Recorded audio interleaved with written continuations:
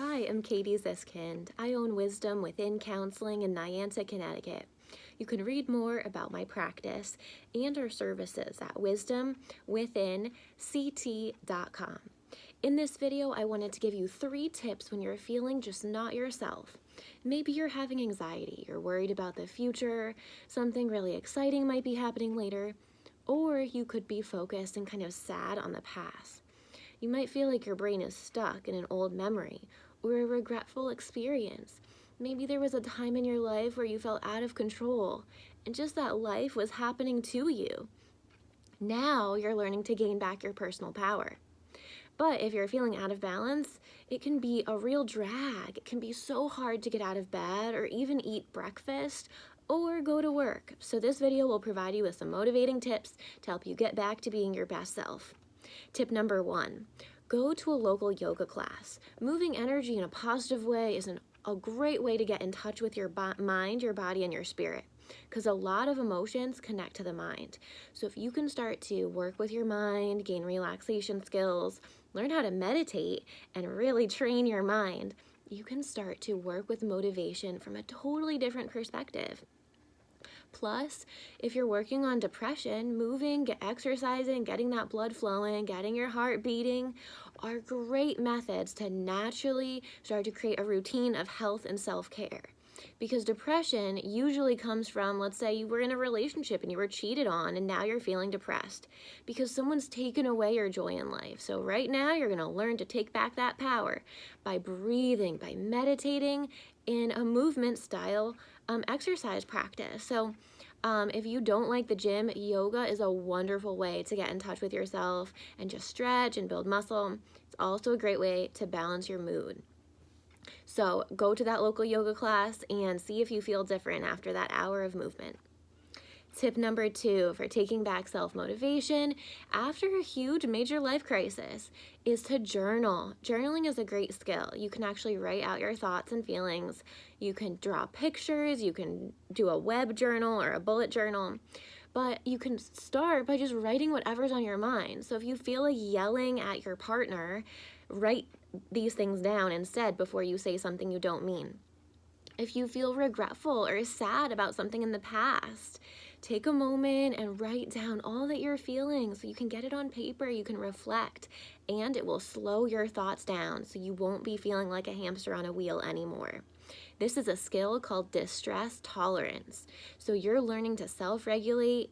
Imagine you have that thermometer of stress. And before the thermometer goes all the way to the top, you're using these coping skills to start to relax and just connect with yourself. Because really overcoming anxiety and depression is all about knowing you're awesome and perfect just the way you are. You don't have to compete with anyone else. You don't have to buy that fancy new purse to be better than who you already are. You're great. You're just learning to remember your greatness. Tip number 3 for managing anxiety, depression, and trauma symptoms is to focus on your nutrition. This is one that a lot of people miss. A lot of times my clients come in and say, I'm having depression. I can't sleep at night. I am so anxious throughout my day. Like, what's going on? And we can talk all day about life experiences. But if you're not eating balanced meals, you will continue to have mood swings. So one big thing is eating cheese as protein. This is a big myth. Cheese is not a protein, so you have to have other things with your dinner. You can't just have cheese and pepperoni and call that dinner. That would be a recipe for out of balance living because you're missing a lot of important things. Also, sometimes I find teenagers who try to go vegetarian or vegan are not really aware of the important nutritional needs like B vitamin supplements as well as how to get vegetarian protein. So sometimes mood swings happen as a result of nutrition. Also, if you're someone that likes to drink coffee in the morning, skip breakfast, not eat till about 2 or 3 p.m., that's another recipe for weight gain, depression, and melancholy, low mood, because you're not giving yourself these very essential nutrients. So, think about eating those rainbow of colors, fruits and veggies. Get an orange sweet pepper, get some purple eggplant, get some blue juicy blueberries, have a little rainbow chard for some leafy greens, and really start to get to know yourself again through cooking and through baking.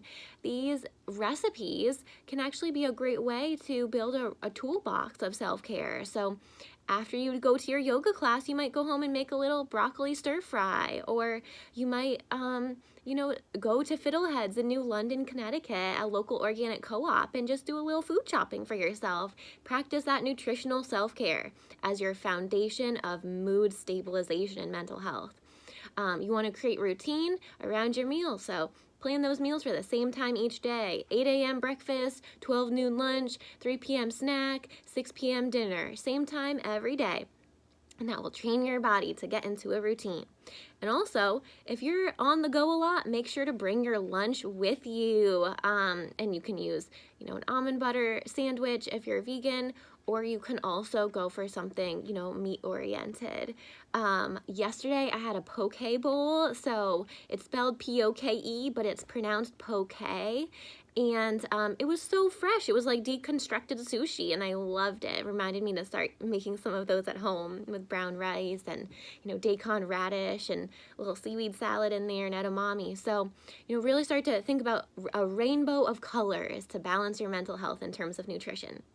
If you're looking for more support in an individualized setting, whether you're an adult struggling in your marriage, whether you're a teenager with depression or an eating disorder, and looking to just overall gain more self-love skills, my team and I at Wisdom Within Counseling help all ages, from children to teens to adults and couples. We also use a holistic creative approach. So we like to offer you lifestyle changes, sleep, nutrition, creative art, painting, yoga, and also walk and talk sessions outside by the southeastern Connecticut shoreline and the salty ocean air right by the beach. And these creative experiences in therapy promote self-leadership, self-love skills, and a lifelong relationship with your mind, your body, and your spirit. So you can leave session feeling more positive about yourself and with a more open mind, welcoming all those good things coming your way. So if you're struggling with a breakup, with low self-esteem, or with trying to make new friends, our team here at Wisdom Within Counseling and Niantic would love to help you. Call or text to get started, 860-451-9364. 860-451